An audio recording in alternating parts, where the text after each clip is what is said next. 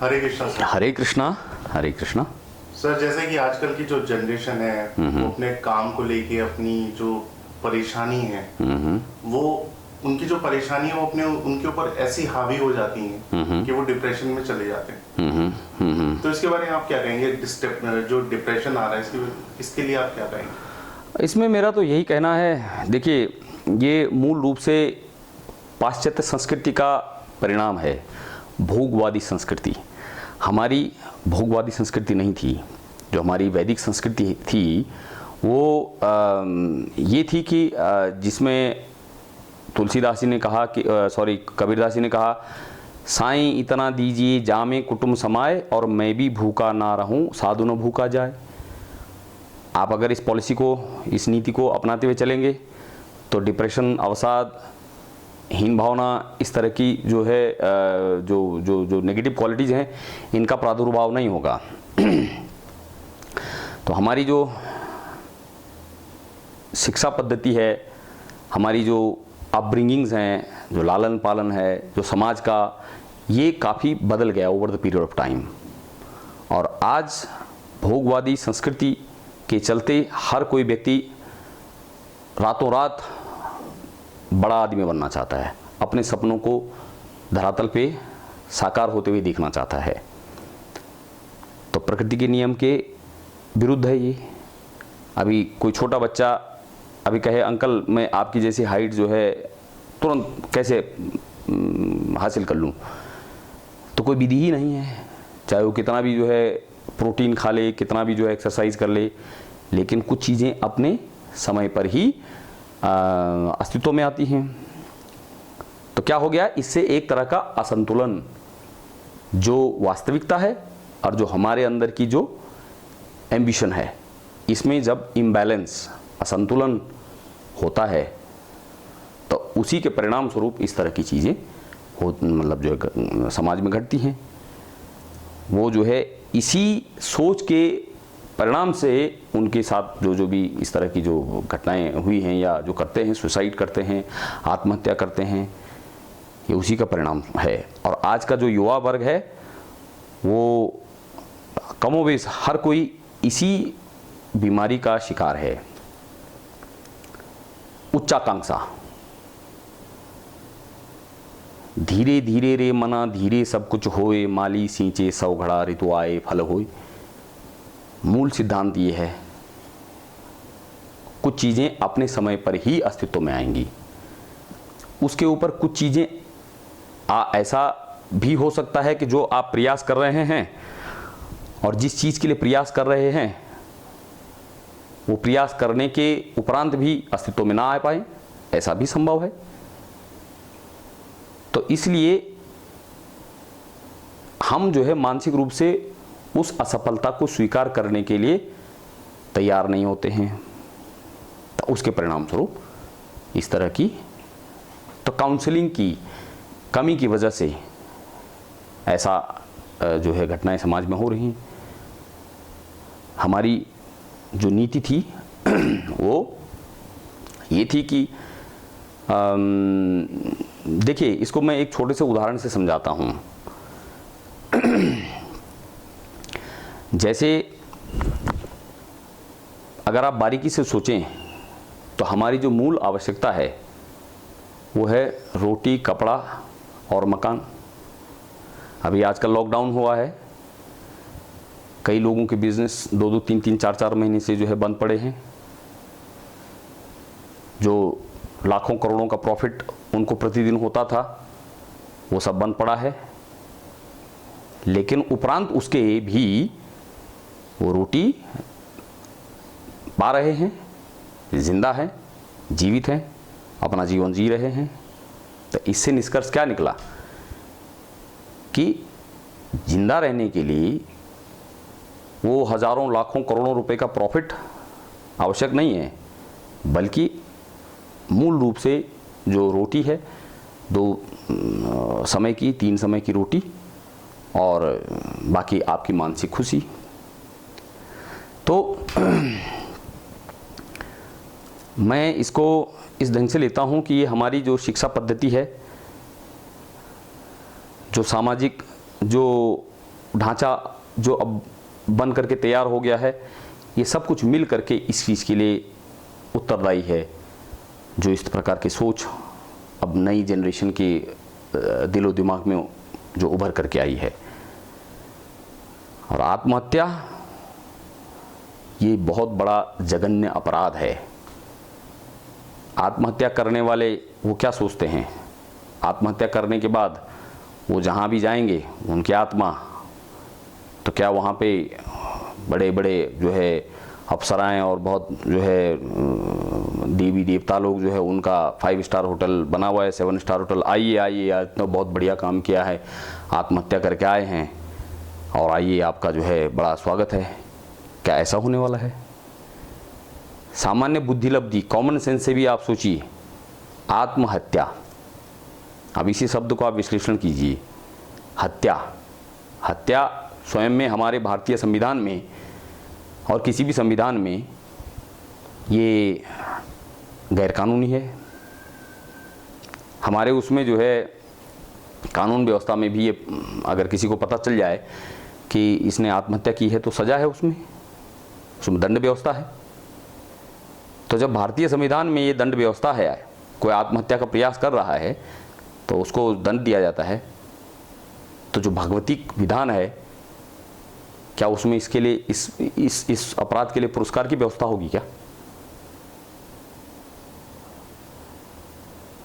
तो ये सब गाइडेंस की कमी की वजह से है। उच्चाकांक्षा, हमें जो असली उद्देश्य है वो मालूम नहीं है, और असली उद्देश्य मालूम नहीं होने के कारण से ही हम जो है इस तरह के मार्ग का अवलंबन करते हैं और कोई परिणाम हमारे सामने है। और विडंबना ये है कि हमारी जो टीनेज जो युवा वर्ग है, और युवा वर्ग ही नहीं अन्य समाज के वर्ग के भी जो लोग हैं, वो इस तरह के फिल्मी सितारों को अपना रोल मॉडल, अपना आदर्श मानते हैं। यह और बड़ी विडंबना है। जितने भी फिल्मी हीरो हैं समाज में, इनका अभी वर्तमान में अगर एक सामान्य रूप से देखा जाए तो क्या योगदान है? इन्होंने संस्कृति को विकृति की तरफ ही तो धकेला है। कोई मेरे को एक ऐसा उदाहरण दीजिए कि जिससे आप ये कह सके हाँ फलाने जो है हीरो ने, फलाने उसने समाज के लिए जो काम किया है उससे जो है इतना नैतिक जो है उत्थान हुआ है युवा वर्ग का। तो ये बड़ी विडंबना है। मैं इसका पुरजोर विरोध करता हूँ, तो वो उसका मैं पुरजोर विरोध करता हूँ। वो ये मेरे हीरो नहीं हैं, इन्होंने जघन्य अपराध किया है, समाज के भी अपराधी हैं। बाकायदा इनको तो और जो है सावधानी से अपने जीवन को जो है इस प्रकार से जीना चाहिए कि वो समाज के उनके जो भी क्रियाकलाप करते हैं तो उसका समाज पर बहुत गहरा प्रभाव पड़ता है।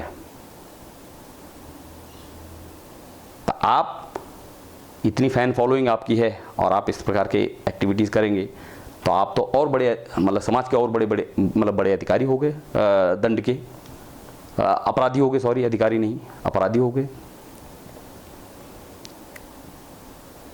तो मूल चीज़ ये है कि ये जो हमने अपने ऊपर कृत्रिमता ओढ़ दी है, कृत्रिमता, नकलीपन, तो जितना हम नकलीपन असली से नकलीपन की तरफ जाएंगे तो इस तरह की समस्या का प्रादुर्भाव होगा। मूल जो चीज़ है वो क्या है, मूल उद्देश्य क्या है? हमारा जो जन्म हुआ है ये कुत्ते बिल्लियों की तरह जीने के लिए नहीं हुआ है। आप जब हम ऐसा कह रहे हैं तो इसका ये मतलब नहीं कि आप कर्म नहीं कीजिए, लेकिन कर्म कितना करना है और किस प्रकार का करना है ये ज्ञान केवल मनुष्य योनि में ही संभव है। मैं आपको एक इसका उदाहरण से समझाना चाहता हूँ कि मैं क्या कहना चाहता हूँ। जब आप बाज़ार में जाते हो और सपोज कीजिए कि आप 100 रुपये मैंने आपको दिया और मैंने कहा 1 किलो चीनी लेके आ जाइए, और 40 रुपये किलो चीनी है, तो क्या आप 100 रुपये के 100 रुपये दे के आ जाते हैं उस दुकानदार को? क्या 100 रुपया देंगे तो 40 रुपया आपने दिया तो 60 रुपया आप वापस जो है उसकी एक्सपेक्टेशन रखते हैं, अपेक्षा। अगर दुकानदार नहीं देगा तो फिर क्या कहेंगे आप? अरे भाई, जो मैंने आपको 100 रुपया दिया है, 40 रुपया आपने चीनी दे दिया, तो 60 रुपया हमें वापस दीजिए। तो 60 रुपया आप वापस लेके आएंगे। और चाहे आप कितने भी बड़े धनाढ्य व्यक्ति हैं, आपने कहा अरे नहीं नहीं रखो रखो, अपने पास रखो, मेरे पास बहुत पैसा है, तो क्या आप सोचते हैं आपके इस व्यवहार से आपकी समाज में जो है वाहवाही होगी क्या? भले ही आपके पास कई हज़ारों रुपए हैं, मान के चल लीजिएगा, तो फिर भी आप 40 रुपए की चीज़ 60 रुपये मतलब 100 रुपये में ले रहे हैं और बोले रखो रखो कोई बात नहीं, तो क्या आपको एक उदारवादी व्यक्ति कहा जाएगा, जेनरस काइंड हार्टेड पर्सन कहा जाएगा, या मूर्ख महामूर्ख कहा जाएगा? क्या कहा जाएगा? आपको जो पैसा हमने दिया, जितनी ज़रूरत है उतना आपने खर्च किया, बाकी जो पैसा था आप बोले नहीं नहीं रखो रखो रखो। अब उस दुकानदार वो भी ऑलरेडी रिच है, वो भी, लेकिन आपने दे दिया। तो आपके इस व्यवहार से ये तो नहीं आकलन करा जाएगा नहीं आप बड़े उदारवादी व्यक्ति हैं, बड़े जो है जेनरस हैं, महामूर्ख कहा जाएगा। कोई अप्रिशिएट नहीं करेगा, इसको सराहना नहीं करेगा। क्यों नहीं करेगा? क्योंकि ये बुद्धिमत्ता का काम नहीं है भाई। जब जो चीज़ जीतने की है आप उस पर उतना पैसा खर्च करते हैं और उसके बाद बाकी पैसा आप अपने सेफ रख देते हैं। तो इस उदाहरण से हम ये समझाना चाह रहे हैं कि प्रभु ने संसाधन रूपी धन हमें दिया है, समय, बुद्धि, शरीर, अनेक तरीके से हमें धन दिया है। और अब ये धन का जो है हम उतना प्रयोग अपने जीवन में करें जिससे कि हमारी आजीविका जो है वो सुचारू रूप से चल पाए। 24 घंटे आपके पास में है, 24 घंटे में से अगर आप 8 घंटे मेहनत करके इतना आप अर्जित कर सकते हैं कि आप 2 वक्त की रोटी जो है आराम से कमा सकते हैं। तो बाकी जो समय बच गया वो समय क्या करेंगे आप? उसको आप उस चिंतन में लगाएंगे जिस चिंतन से आपका जो मूल उद्देश्य है वो पूरा होगा। और मूल उद्देश्य क्या है? मूल उद्देश्य यही है कि हम इस शरीर रूपी जो योनि है, जो मनुष्य रूपी योनि है, इसमें हमने क्यों जन्म लिया है, क्यों भगवान ने हमें इसमें भेजा इस योनि के रूप में, इसका क्या उद्देश्य है, इस बात को समझने में लगाएं। तो ये बुद्धिमत्ता नहीं है। इतना करोड़ों का पैसा कमाया, जो भी उसने फ्लैट लिया, मकान बनाया, जो भी किया, सब चीज़। अब कोई भी आप और हम जिसके अंदर थोड़ा सा भी बुद्धि, विवेक, संवेदना है तो देख तो सकते हैं सब यहीं तो छूट गया है। ले गया क्या अपने साथ में? तो आप बताइए, उसने पूरी ऊर्जा, पूरे जीवन जो भी उसने किया पूरा उसमें लगाया और उसके बस अभी छोड़ गया। जो मेहनत है वो व्यर्थ गई। तो उसमें समझ में आ रही बात कि नहीं आ रही है? तो मैंने पहले बता दिया कि इसका ये मतलब नहीं है कि आप मेहनत ना करें। आप मेहनत करें, लेकिन आप मेहनत जैसे कि आप पैसा खर्च करें, लेकिन पैसा उतना ही खर्च करते हैं जितनी कि आपकी आवश्यकता पूरी हो जाती है। उसके बाद जो पैसा बचा आपके पास उसको बचत कर लेते हैं, उसको कहीं रूप में आप इस्तेमाल करते हैं, दूसरे रूप में। ठीक इसी प्रकार से आप अपने समय रूपी धन और जो भी भगवान ने आपको बुद्धि रूपी जो धन दिया है, इसका निवेश आप इस विषय में करें कि आपको ये शरीर क्यों मिला है। तो ये शिक्षा का अभाव, ये हमारी सामाजिक व्यवस्था की कमी है। हमारे जो नीति निर्धारक हैं, शिक्षा नीति के निर्धारक हैं, ये उनकी कमी है। समाज में ये जो है जागरूकता ये नहीं है, नैतिक पतन हो चुका है। केवल जो है भोग को ही प्राथमिकता दी जाती है। बस आप जितना भोगिए, सारी जो है अपनी इंद्रियों का जो प्रयोग है, इसको भोगने में जो है आप जितना इनको जो है व्यस्त रखेंगे, आप समाज के उतने ही जो है वैसे व्यक्ति कहे जाएंगे, मतलब प्रतिष्ठित व्यक्ति कहे जाएंगे या आनंदित, सो कॉल्ड। लेकिन इन उदाहरणों से ये तो पता चल गया कि जिनके पास ये सब है, पैसा है, मान सम्मान, ये सब है, वो भी अपनी जीवन से संतुष्ट नहीं है। तो एक बुद्धिमान व्यक्ति क्या करेगा?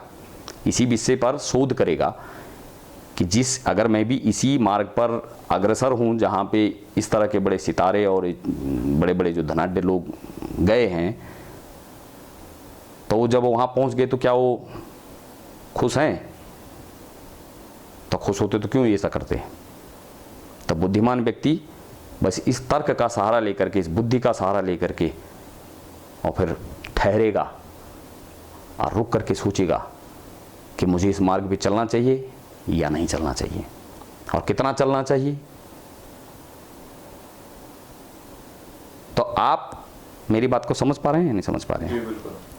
तो आज के युवा वर्ग को मैं यही कहना चाहूँगा कि आप महत्वाकांक्षी होइए, लेकिन अति महत्वाकांक्षी होना ये आपके स्वास्थ्य के लिए, मानसिक स्वास्थ्य के लिए, शारीरिक स्वास्थ्य के लिए ये हानिकारक है, और उसका फिर परिणाम वही होगा जैसे ये आपके उसमें दिख ही रहा है।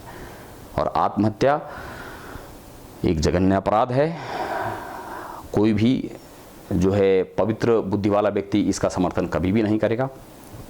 और आत्महत्या कहने का मतलब शरीर, यही तो आपने, ये शरीर तो यहाँ छूट गया, लेकिन जो आत्मा है वो कहीं ना कहीं मतलब जो है उसका प्रयाण होगा, और फिर वहाँ उसका स्वागत नहीं होगा। इसको मैं थोड़ा ऐसे समझाता हूँ आपको। आप जो है, आपने मुझे एक गिफ्ट किया कोई भी चीज़, फॉर एग्ज़ाम्पल आपने मुझे ये एक टी शर्ट, ये वाली जो मैंने पहनी हुई है, ये आपने गिफ्ट की। मैं उदाहरण दे रहा हूँ, दृष्टांत। आपने जो है मुझे ये टी शर्ट दी, मैंने इसको पहनने के बजाय मैंने इसको फेंक दिया या तोड़ फाड़ दिया, कुछ भी कर दिया। क्या ऐसा व्यवहार देखने के बाद आप मुझे अगली बार ये टी शर्ट देंगे, कोई उपहार देंगे, कोई गिफ्ट देंगे? जी नहीं, एक भी नहीं देंगे। जब आपने मुझे ये उपहार दिया, टी शर्ट दी, तो आपके मस्तिष्क में एक अपेक्षा ये रही, ये देखने की कि यार देखते हैं ये मेरे वाले दिए हुए उपहार को पहले प्रयोग में लाए, और मैं ला ही नहीं रहा, मैंने फाड़ दिया उसको। आपने उसको इम्पोर्टेंस नहीं दिया उसको। ठीक समझ में आ रही बात कि नहीं आ रही? तो आप मुझे कभी अगली बार उपहार नहीं देंगे, और आपके मन में मेरे प्रति जो है आदर नहीं बल्कि बहुत बड़ा अनादर जो है पैदा हो जाएगा। तो इस उदाहरण से मैं ये समझाना चाहता हूँ कि ठाकुर जी ने, भगवान ने आपको ये शरीर मनुष्य रूपी उपहार दिया। 84 लाख योनियों में से सबसे उत्तम योनि मनुष्य योनि है, और उन्होंने ये उपहार दिया, और ये उपहार दिया कि इसका प्रयोग कीजिए आप सकारात्मक रूप में, सकारात्मक दिशा में, और आपने आत्महत्या करके उनके उस उपहार का अपमान कर दिया। तो क्या उस उपहार देने वाला आपको गले लगाएगा? वाह, वेलकम करेगा, वाह वाह भाई आप तो बहुत बढ़िया काम कर रहे हैं, ऐसा करेगा? आप सामान्य तर्क बुद्धि से सोचिए ना आप। तो आप इस लोक में भी और उस लोक में भी जहां भी आप गए हैं, कहीं सम्मान के पात्र नहीं हैं आप। अपने वाले को कभी भी न तो यहां इस लोक में न उस लोक में सम्मान मिलता है। वो बहुत ही अधम योनि में जाता है, प्रेत बनता है। और प्रेत योनि एक ऐसी योनि है जिसमें बहुत कष्ट होता है। अब आप बोलेंगे कि क्या मुझे इसका अनुभव है? कई लोग मेरे को बोलते हैं, तो उनको ये इस प्रश्न का उत्तर ये है कि अगर माना, ये आपका प्रश्न भी हो सकता है, क्या आपका ये प्रश्न है? मेरे में आया था कि मैं ऐसे कैसे जान सकता हूं? तो इस प्रश्न का उत्तर ये है कि मैं आपको जहर दूं, साइनाइड दे दूं खाने के लिए, आप खा लोगे? नहीं खाओगे? नहीं खाएंगे। क्यों नहीं खाओगे? कैसे खा सकते हैं? कैसे खा सकते हो? आपको मालूम है कि इसको खाने से आप मर जाओगे, लेकिन हम कहेंगे आपको कैसे मालूम है जब तक आपने खाया नहीं पहले? तो फिर कैसे देना अलग बात है। नहीं, मतलब आपको ये ज्ञान तो है कि ये साइनाइड है, इससे मौत हो जाएगी मेरी। जी जी बिल्कुल। लेकिन जब हम कहें कि जब आपने पहले से इसको चखा ही नहीं है, आपको अनुभव ही नहीं, तो कैसे आप इस बात का विश्वास कर रहे हैं कि ये आपको मौत दे देगा? तो आपको शायद मेरा प्रश्न, जो आपका प्रश्न है उसका उत्तर मिल गया है, नहीं मिला है क्या? एक्सपीरियंस नहीं है कि उस चीज का, कि किसी भी निष्कर्ष पर आने के लिए स्वयं का अनुभव होना हर वक्त आवश्यक नहीं है। जैसे कि साइनाइड जो है, आपको व्यक्तिगत अनुभव नहीं है, लेकिन फिर भी आप उसको खाएंगे नहीं जी। तो कुछ जान के चलिए और कुछ मान के चलिए। बचपन से आप जो चीज़ खा पी रहे हैं, हर चीज़ आपने तो प्रयोग नहीं किया ना। आपकी माँ ने जो दे दिया, मुंह खोला, आपने खा लिया, या आपने स्वयं प्रयोग किया था कि नहीं नहीं पहले मैं देखूंगा या हाइजीनिक है नहीं है मेरे स्वास्थ्य के लिए। तो ये महज हमारी जो है रजोगुणी बुद्धि, तमोगुणी बुद्धि जनित प्रश्न होते हैं। जब हमारे अंदर तमोगुण का प्रादुर्भाव अधिक होता है, तब इस प्रकार के कुतर्क हमारे मस्तिष्क में जन्म लेते हैं। जी। तो प्रेत योनि वो कैसी योनि है, इसका वर्णन शास्त्रों में है। प्यास लगती है, पानी नहीं मिलता, भूख लगती है, भोजन नहीं मिलता, तड़पता है वो, और इसीलिए फिर वो प्रेत किसी शरीर को धारण करने की चेष्टा करता है, ताकि उस शरीर के माध्यम से वो अपनी उस वासना की पूर्ति कर सके। तो मेरे जो आज के सभी युवाओं को हृदय से यही संदेश मैं देना चाहता हूँ कि आप कर्म कीजिए, और कर्म करने के बाद फल की आप चिंता मत कीजिए। आप फल की चिंता इसलिए नहीं कीजिए कि आप अगर फल की चिंता नहीं भी करेंगे तब भी फल आएगा।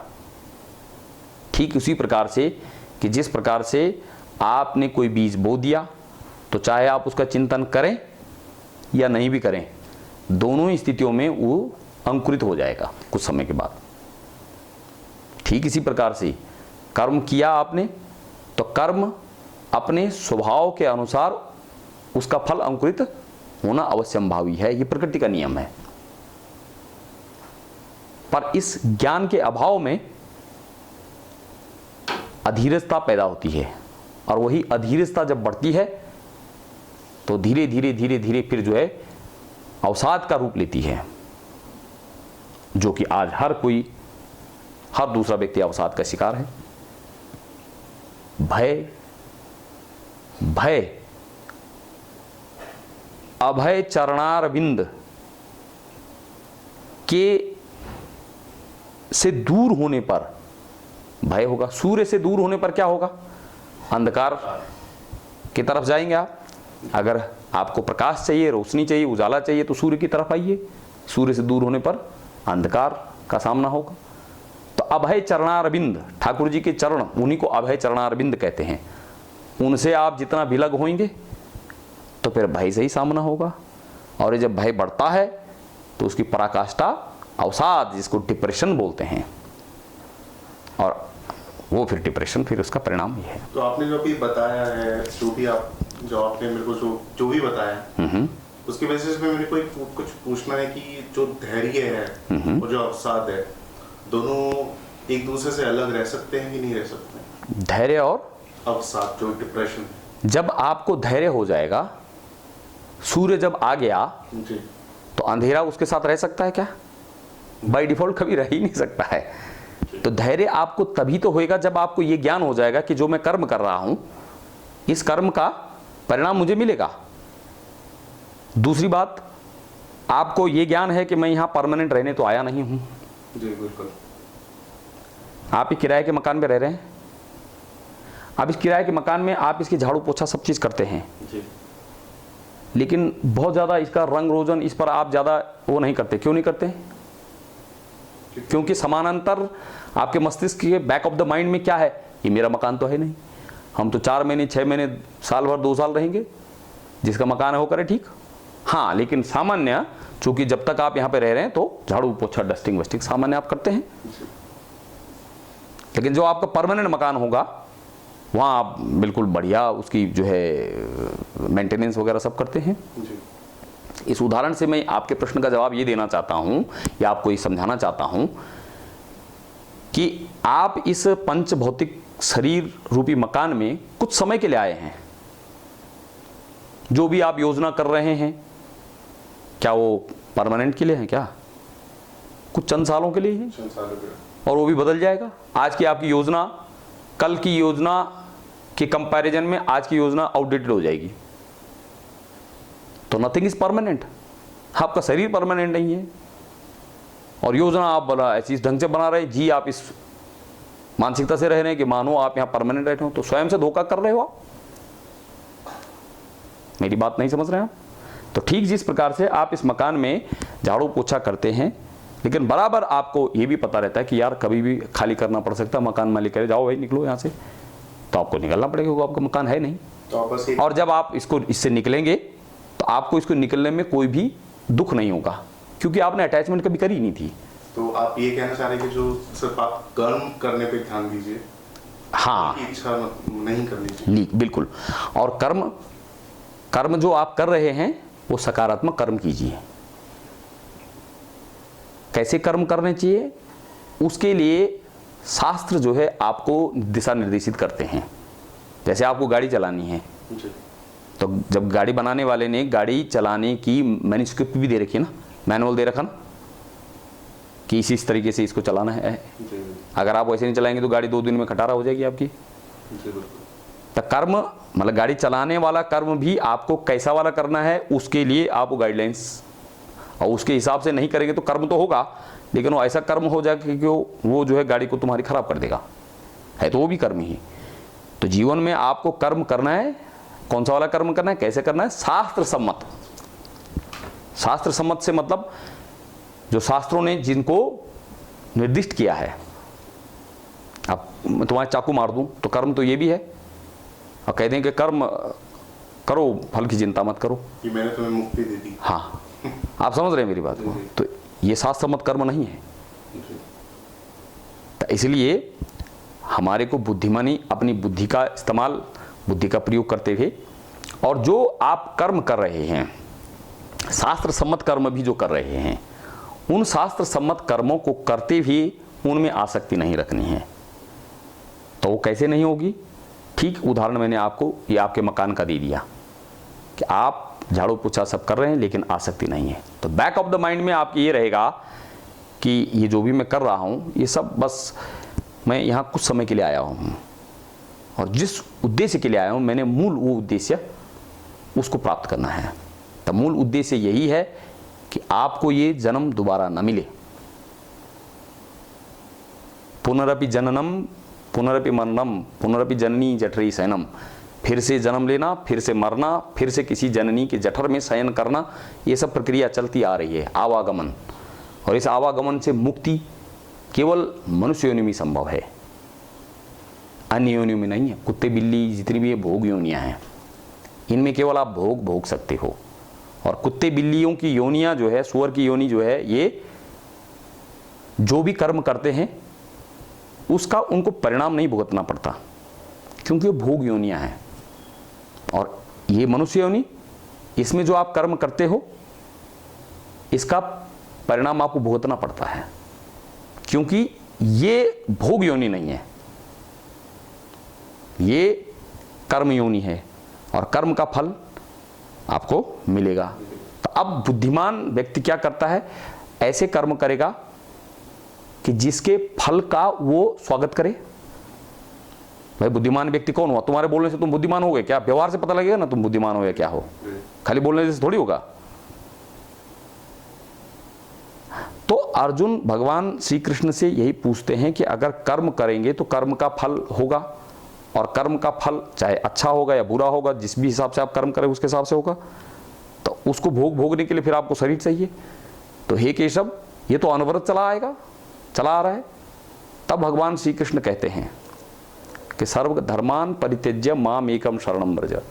सभी प्रकार के धर्म जो भी तेरे मनोधर्म है, जो भी हैं, जिस प्रकार का तूने, उन सबको जो है छोड़ करके तू मुझ एक की शरण में आ जा, तो मैं तेरे को सारे जो कर्म फल हैं उनसे मुक्ति दिला दूंगा। ये भगवान क्लेम कर रहे हैं गीता में, और यह अकाट्य सत्य है।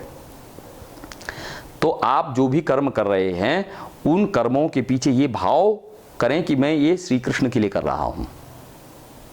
तो भाव प्रधानता ये रखने पर वो कर्म का जो कर्म तो कर रहे हैं, लेकिन फल आपको नहीं मिलेगा। वो फल जो है हरि, हरि का मतलब होता है हरण करने वाले, किडनैप, वो हरण कर देते हैं। क्या तुम्हारा हरण नहीं करते, तुम्हारे कर्म के फलों का हरण कर देते हैं। और जब तुम्हारे कर्म के फलों का हरण कर देंगे तो तुम्हारा जो है सारा हिसाब किताब, जब at the time of your जब आपका अंतिम समय आएगा तो उस वक्त सब कोई फल है ही नहीं, तो शरीर काहे के लिए मिलता है, फल भोगने के लिए, और फल तुम्हारा शून्य है। बैंक में जब तक आपका बैंक से लेन या देन बाकी है, बैंक तुम्हारा अकाउंट बंद कर नहीं सकता, अगर देनदारी है या लेनदारी है। लेकिन अगर देनदारी भी नहीं है, लेनदारी भी नहीं है, सब शून्य है, ना तुमने बैंक का देना ना बैंक ने तुम्हारा देना, तो फिर अकाउंट बंद आराम से हो जाता है। ये बात समझ में आ रही? तो इतने सामान्य व्यवहार तो हम अपने इस भौतिक जीवन में भी करते हैं। तो जब ये बात समझ में आ रही तो ये बात क्यों नहीं समझ में आ रही है? तो आप को जो है ये बात समझ में आ गई ना? और कोई आपका प्रश्न है? तो बात ये थी कि डिप्रेशन पे था। डिप्रेशन केवल जो है एक कृत्रिम जीवन जीने की परिणाम स्वरूप डिप्रेशन होता है। जितने भी डिप्रेशन वाले लोग हैं ये सब कृत्रिम जीवन जी रहे हैं, नकली चोला पहना हुआ है, असलियत से, वास्तविकता से दूर हैं, कहीं दूर, और एक जो है ड्रीम वर्ल्ड में रह रहे हैं, एक सपने वाली दुनिया में रह रहे हैं। और तुम चाहो या न चाहो तुम्हें उस सपने की दुनिया से बाहर आना ही पड़ेगा। तुम चाहो भी नहीं तब भी और ना चाहो तब भी। और जब सपने की दुनिया से आप बाहर आते हो, बलात् आना पड़ता तुम्हारे को, तो तब तुम उस वास्तविकता को स्वीकार करने के लिए मानसिक रूप से तैयार नहीं होते हो, और उसके परिणाम स्वरूप फिर ये घटना घटती है डिप्रेशन। और डिप्रेशन की चरम सीमा आत्महत्या है। तो और कोई प्रश्न आपके मन में? तो फिर आप भी आज से जो भी कर्म कर रहे हैं हरि को स्मरण करते हुए और उन भाव रखें कि ये उनके लिए कर रहा हूं। फॉर एग्जाम्पल, मैं टीचर हूं, मैं पढ़ाता हूं, तो जब मैं पढ़ाता हूं तो मैं ये भाव रख करके पढ़ाता हूं कि ठाकुर जी मेरे सामने इस रूप में आए हैं, विद्यार्थी के रूप में, तो मैं ठाकुर जी की सर्विस कर रहा हूं। तो काम तो वही कर रहा हूं, बाहरी दृष्टिकोण से, भौतिक दृष्टिकोण से तो मैं पढ़ा रहा हूं, समझ रहे हैं मेरी बात को, लेकिन अंतर भाव क्या है कि ये ठाकुर जी तो हैं, ये भगवान श्री कृष्ण इन रूपों में आए हुए हैं, और बस मुझे आनंद वर्धन करने के लिए व्यवहार कर रहे हैं मेरे साथ में इस रूप में। आप देखो ये भाव, ये परिवर्तन हो गया, इसके बाद आप उसी काम करने में आपका आनंद कई गुना बढ़ जाता है। आप इसको करके देखिएगा, तो भाव से ही जो है सारा का सारा जो है परिणाम बदल जाता है। हरे कृष्णा। हरे कृष्ण।